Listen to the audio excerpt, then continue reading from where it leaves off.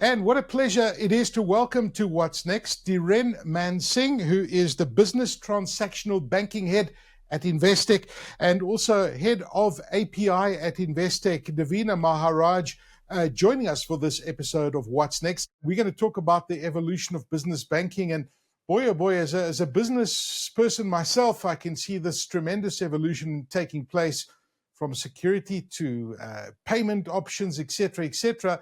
And, the reality is that the business challenge fundamentally has not changed, but the how you address these challenges certainly has. And technology is a catalyst for evolving the business-client relationship with its banking over time. Bank connectivity and bringing banking into the heart of many businesses. You talk about APIs that have changed the game. Private banking for businesses, high touch, high tech, trust and security and key, giving clients access to their banking and their transactional data to really craft their own banking experience. That is certainly where the future is. So firstly, welcome to both of you. Lovely to see you again, Devina and Dhiren. Thank you for joining me. Thanks, Aki. Nice to see you.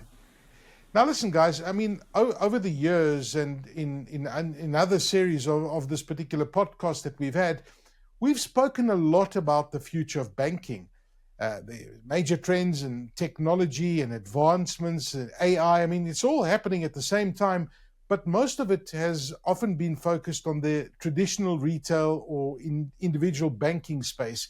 Now, in the last 12 to 18 months, we've seen way more activity happening in the business banking or commercial banking space, with almost all the banks in the sector coming into this space quite aggressively. So, Dhiren, when it comes to business banking, how has this changed over the last few years? What have you seen happening?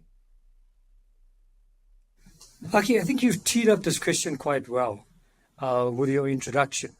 We all know that tech enhancements have actually disrupted almost every industry, specifically over the last decade and a half. And they've disrupted it significantly. And if you look at it, it's disrupted it generally for the good. And you mentioned initially the retail or consumer space, so you and I. Yeah. And if I look at what we've required over the years, and I want to draw, and why I'm going down this direction, is I want to draw the parallels between the retail market and what's happening in the business market. So as consumers, what did we require? What do we still require? We require information. We require entertainment. So we want to listen to music, watch movies. We want to go out to restaurants or order food, groceries, or order takeout. And we want to be transported from A to B. So the what we wanted as consumers hasn't fundamentally changed for decades. We've always wanted these things. But if you look at how the consumers are getting this today from businesses, it's completely fundamentally changed as a result of technology. Consumers now have these things at their fingertips. It's customized, it's bespoke for them. It's extremely convenient. They even get things, solutions and ideas and thoughts that they didn't even know they needed or required, but are very valuable, that the business through data determined that they require it. So that's very useful. And that's been happening in the consumer space for quite some time now. Now, if I draw the parallels in the business space, what do businesses require and what have they required for a long period of time?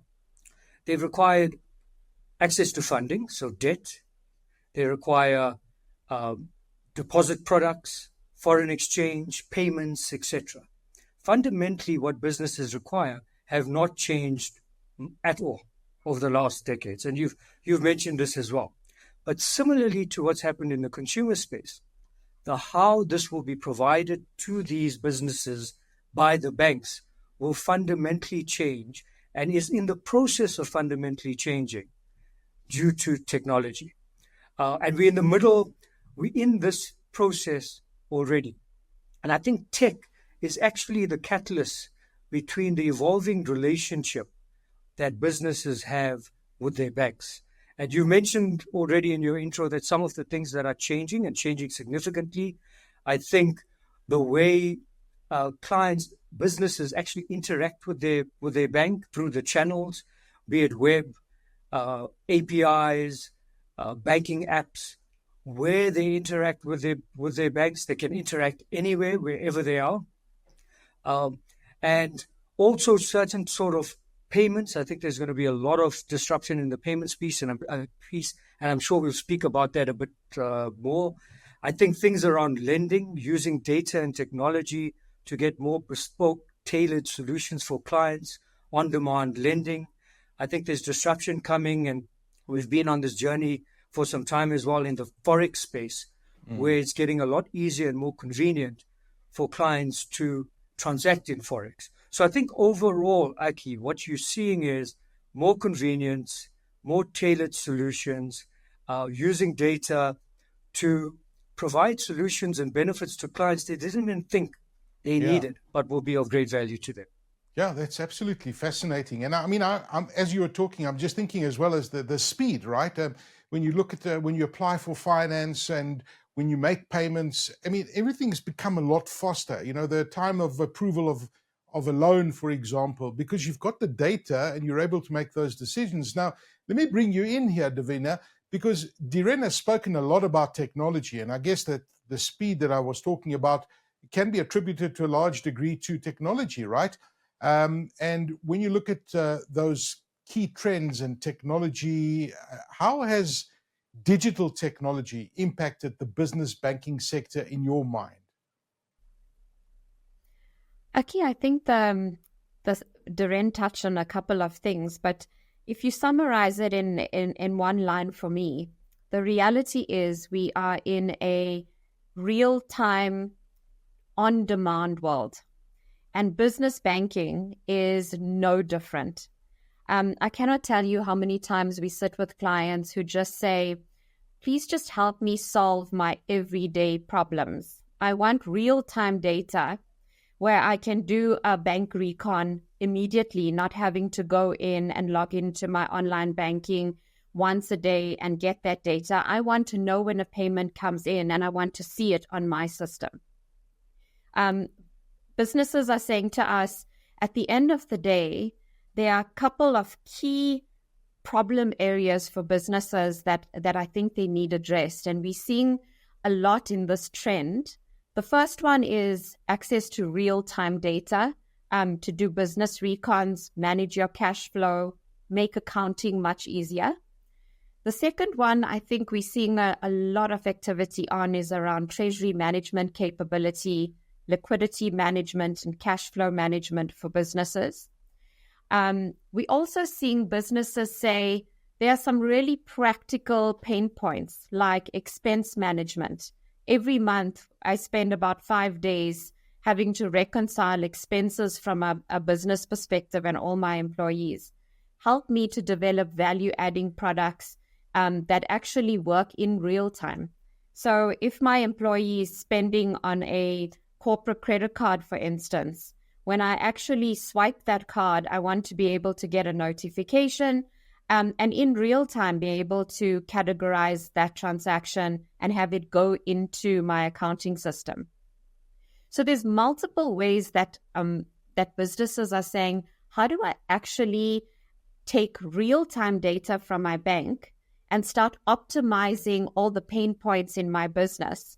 And what we're seeing is that newer technologies like API technology that is far cheaper, far easier to implement, this is actually where we are seeing huge kind of opportunities in terms of the way the banking relationship with the business is evolving.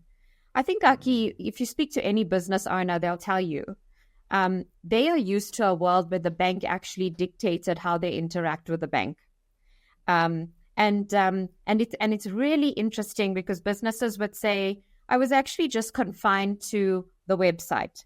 And only recently, far longer in terms of timing, has the evolution around mobile app capability come in for businesses.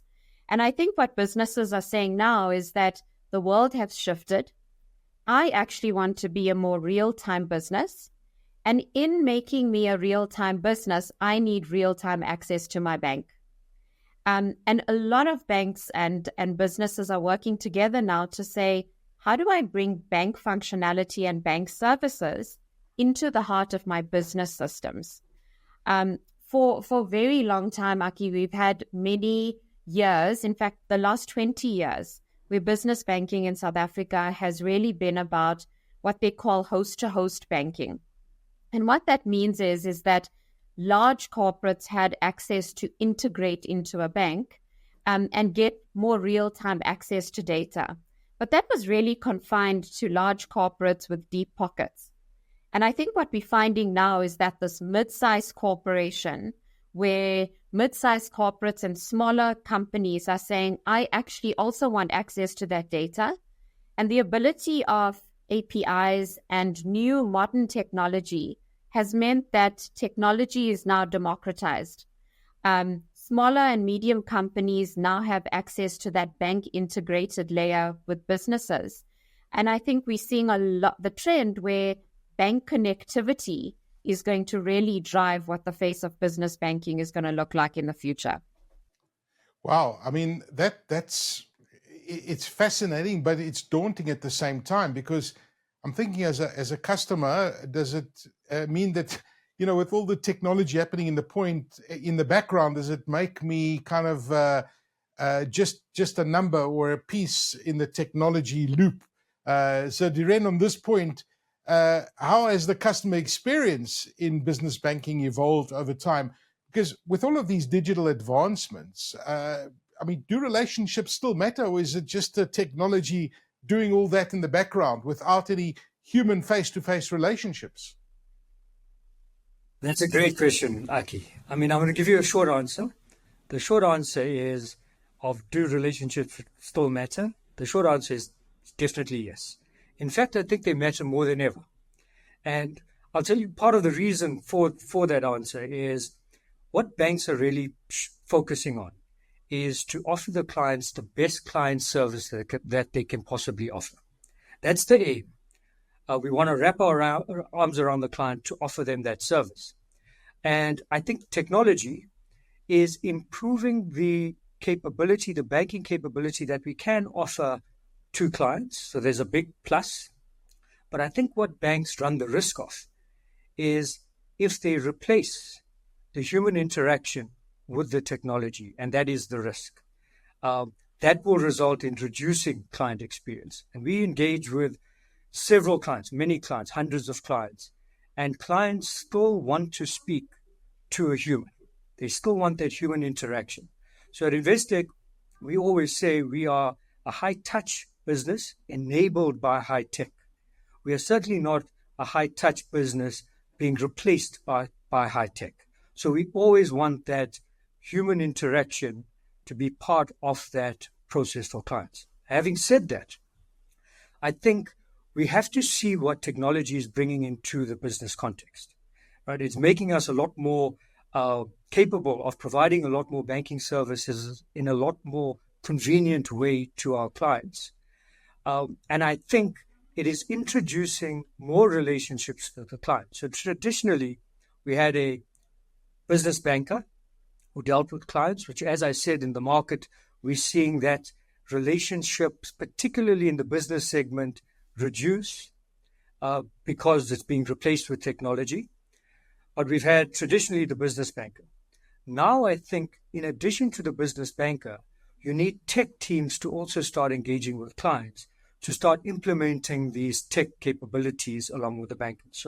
So as at Investec, we have these multi-skilled teams that are talking to clients constantly, engaging with clients constantly, which comprise of both the business banker together with our tech teams, providing a holistic business banking offering in this new world of enhanced technology.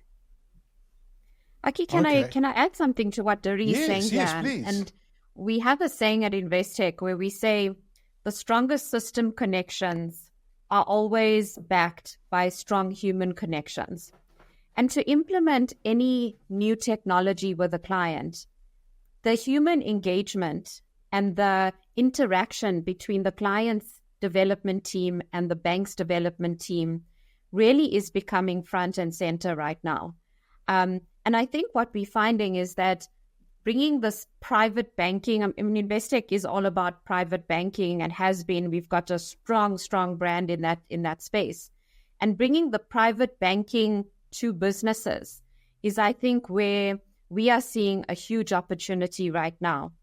So we're often speaking to clients and on the private banking individual space, and they often say to us, if only I had the sort of client experience for my business. And the reason they say that is because there's a level of human interaction that's even required for the best technology implementations. And anyone in this game will tell you that strongest relationships build the strongest system connections. So I think there's that's an important message and a differentiator that we at Investec are focusing on in terms of when we talk business banking going forward and bank connectivity, the relationship with the client and the level of human engagement really remains front and center, because we're not going to get the right levels and the most effective system implementations without that. That makes sense.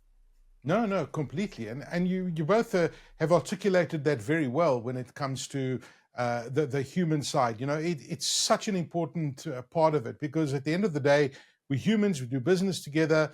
And, as much as technology can solve many of the problems, but just dealing with a human to understand the needs that a human being needs from their banking is obviously critical in all of this. But I mean, there's been tremendous changes, right? And I mean, Dhiren, one of the changes that I've spoken to many of your colleagues about, especially when it comes to business banking, is payments. I mean, I'm astonished at how, people think, a payment is a payment. No, this is evolving at such a rapid pace.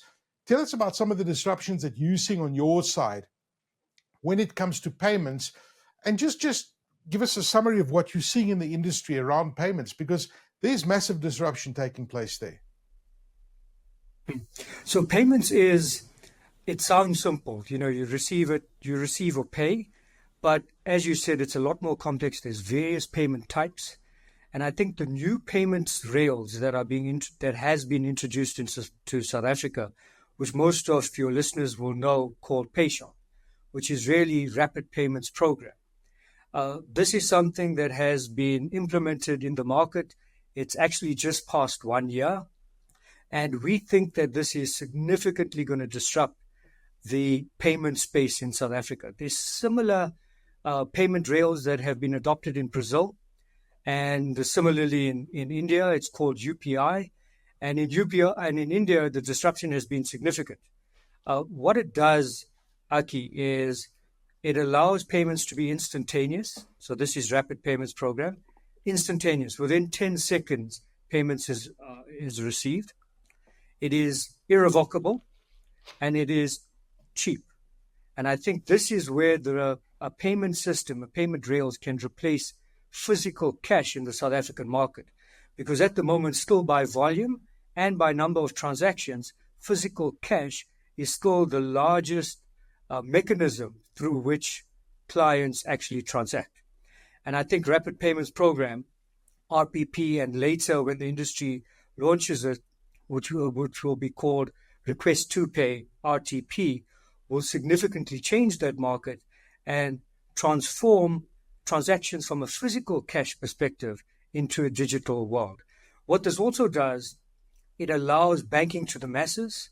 It allows the ability for large retailers, the MNOs, the mobile network operators, to actually entrench digital payments into the mass market via the use and in partnership with payment banks. So this is a space to watch. It's extremely exciting, and I think it's going to transform certainly payments and the way we do banking as well. No, there's no doubt about that, and it's an exciting space, and I think that it eliminates a lot of the security threats. And this is the one thing I wanted to ask you, Devina, with all of these emerging technologies and the RPP that Dhiren just spoke about a second ago. I guess that it also improves security, but security still petrifies the living daylights out of me.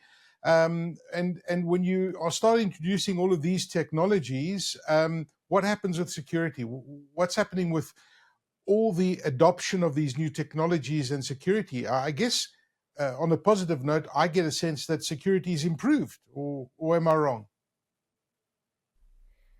So, Aki, you're asking the number one question that all business clients ask. And that really engenders confidence, I think, when we speak to clients, because I think when we talk new technologies as a bank, one of the most important things that is always top of mind for us is that we are a bank that is in a position of exceptional trust with our clients. Clients trust us with their money, and they trust that we are a safe pair of hands. We are also a very highly regulated industry. And I think those two aspects really force banks and to kind of define the business banking relationship with security front and center. Aki, I'll be honest, in my mind, it starts by not implementing every new shiny thing that comes your way from a tech perspective. There are a lot of new emerging technologies that we speak about. Generative AI is one of the new buzzwords out there, and they have immense value to play in terms of evolving this banking relationship. Payments via API, open banking is another factor that's playing a huge role right now in terms of bringing real-time data and real-time banking execution capability to our business clients. I'll give you a very practical example. Dhiren speaks about payments, but when a client comes to us and says, I would really love to be able to execute a payment from my own client system, not from online banking, we are working to make that happen, but we need to do it within the thinking and the constraints that come around security. So what does it actually mean when we talk security on payments? We often talk around two really common words that we talk about when we talk security: authentication and authorization. So when you log into your online banking, you log in with a username and a password, and often there's a second factor like a one-time password that you get. That is deemed and known as authentication. Are you the person that you say you are? Another aspect is authorization. Do I have the right level of authority to act on this account? So in business banking context, we often see that a client would initiate a payment and then send it to somebody else to authorize. Those authentication and authorization mechanisms are often governed within the online banking channel. A client has to sign a document and terms and conditions. They have to state explicitly who they are giving levels of authorization to, and that's serious business. But when you giving the client that capability on their system, what is then the responsibility of the bank and what is the responsibility of the client? And oftentimes what we're finding is that when we're implementing new technologies, we need to be working with the client to do two things. One is educate them and ensure that they understand the security risks. And cybersecurity is a complex beast when we talk security in banking. We obviously invest millions as a bank, and all banks do, in terms of getting the right level of enterprise-grade security protocols in place. Open banking, for instance, has its own security standards. How do you allow a client or a third party to access client information in a safe and secure way? All of these considerations need to be taken into account when you're making real-time access and bringing bank functionality into a heart of business systems. That becomes really, really important. So it is a complex topic, but I do believe that our job, and we talk about a duty of care, we have a responsibility as a bank to make sure that we put it into common language so that our clients can understand. And we are the guardians in terms of making clients understand that we will be the caretakers in terms of safeguarding what they can do from a bank perspective. That responsibility never goes away.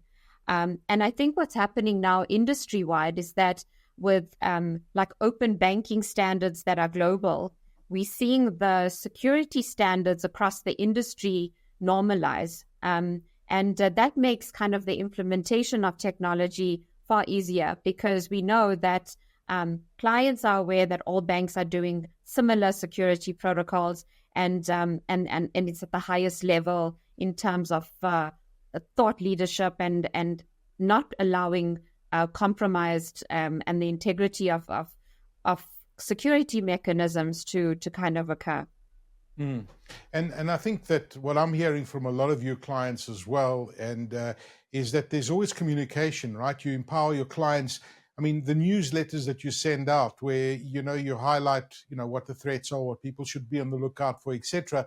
Empowering people and educating people on those security threats goes a long way as well, because even somebody like myself, I almost got duped the other day. That this is how sophisticated these guys are becoming. So knowledge is certainly power. And as we wrap up, I want to ask you both now, when you look at all of this that's happening and going forward, when it comes to, business banking and, what are we likely to see going forward? I mean, there's tremendous changes happening, but specifically in that mid-market space and business banking, what are you seeing, and what can we expect to see going forward? And let me start off with you, Dhiren, and then I'll ask you the same question, Devina. What are you going to see in the next few months? So, Aki, if you take a step back, and particularly in this mid-market business segment, we discussed already what clients fundamentally require from their banks hasn't really changed. It's the how that's changing already, and I think is going to change fundamentally over the next few years. And technology is going to play a large part in this. I think what you flank this with is, where does the people engagement lie in this whole spectrum? And Devina just spoke and articulated very well, where does the security aspect lie when you bring in all this technology? And I think it's balancing all of this correctly, such that the businesses get the banking requirements that they require, get it as at their fingertips, as conveniently as possible, and also get things, I mentioned this earlier on, things that they didn't even think about, but that adds a lot of value to their lives. But the banks can provide this to them because of the use of data and technology. I want to re-emphasize the point which we discussed on earlier around this human interaction. I think this mid-market space has been underserved for some time. I think technology has exacerbated that issue, where the human interaction has actually reduced and it's been replaced with technology. Devina spoke about the Investec private banking sort of model, which is very high service orientated. And when we started our Investec Business Bank, we replicated it off the service model of the Investec Private Bank. And we often say what we're trying to provide is the Investec Private Bank experience, but now for businesses. And that's what we're trying to cater for. Technology is just a tool and a mechanism in order for us to deliver on that promise.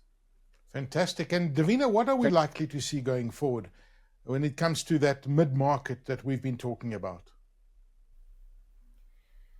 Aki, I can speak on behalf of our clients. I think the majority of my day I spend sitting with business banking clients, trying to solve their pain points and their business pain points.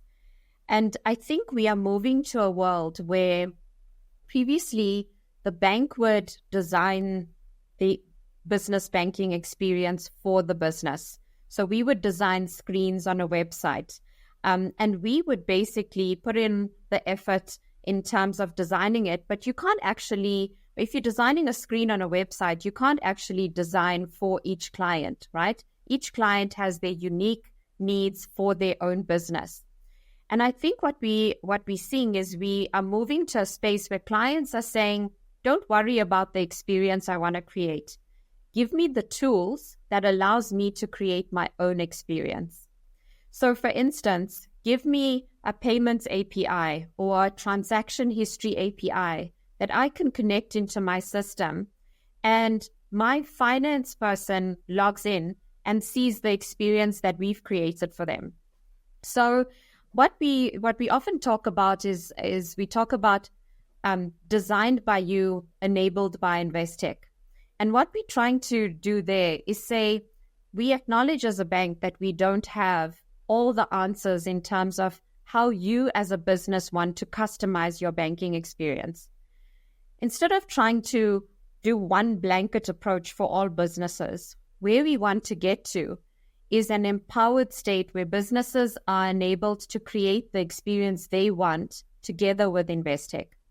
And I think that is going to be the new space in terms of what business banking is going to evolve into the future. Business don't want you to create solutions for them. They're saying, give me the tools that allow me to create the experience I want from you as a bank. And that is, I think, going to be a significant change. If I have to sum it up, Aki, in one line, it would be businesses are saying, bring banking into the heart of my line of business systems and make me a real-time business. And that is actually where we need to be building towards, while doing it with strong human relationships, of course. Wow. Just to add, Aki, because Devina has articulated it very well. This is a very exciting space for businesses from a banking perspective. So the path that and the journey that we're going on is going to make banking just so convenient, so at their fingertips, so bespoke and customized for them, and give them insights that will make them running their businesses so much easier and more insightful.